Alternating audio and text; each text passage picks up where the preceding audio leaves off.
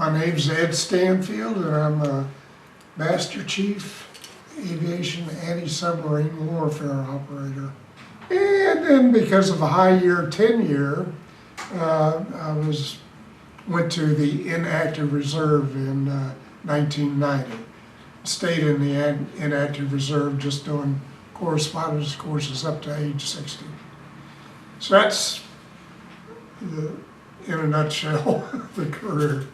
Like any organization, the most important part of the people. And those that have never been in the military, I don't think understand the camaraderie, whether it be crew or squadron, or whatever type of unit, no matter what service. You get in there tight and you're living with these people continuously, day and night. And you probably know them better than their spouses know them at home on their big pluses and idiosyncrasies and everything else. But you form a very tight bond. And that's why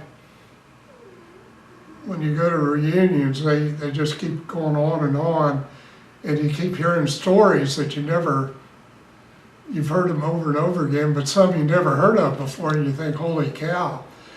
And a lot of great adventures, and is just tremendous. And we were fortunate with our commanding officers too, just great leadership too. And being in the reserves, all of these, almost all had been active Navy for a while and got out.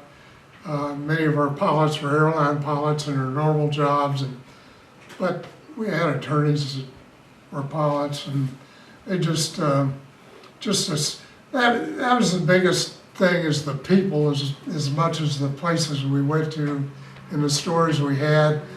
And early in the military, there was probably a lot more drinking than what there is now, so there was a lot more pretty wild incidents, some of which didn't turn out too well, but most of them, they survived, and the stories so on.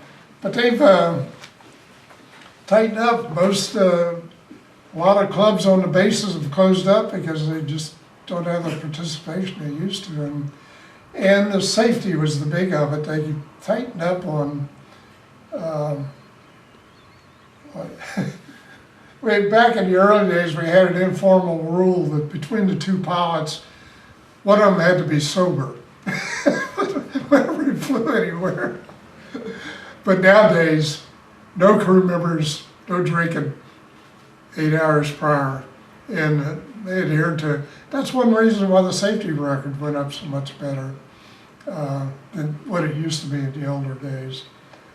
So, yeah, it was the camaraderie that beat everything, but also the adventure of being in the military and being a place that you'd never gotten to otherwise, and the people you meet civilian-wise are people the same the world over. They got their own problems and the same problems you got, and they got family and things, are very proud of their countries, and you respected that and their customs, and you learned what they were about and sort of abided with customs in various countries, and you got along great. So that's it. People and then the tightness of people in tight units just like that, and the things that people would rather do for you because you worked as a team. If you got in a bind about something, there was always somebody to help you out, and you did the same reciprocate.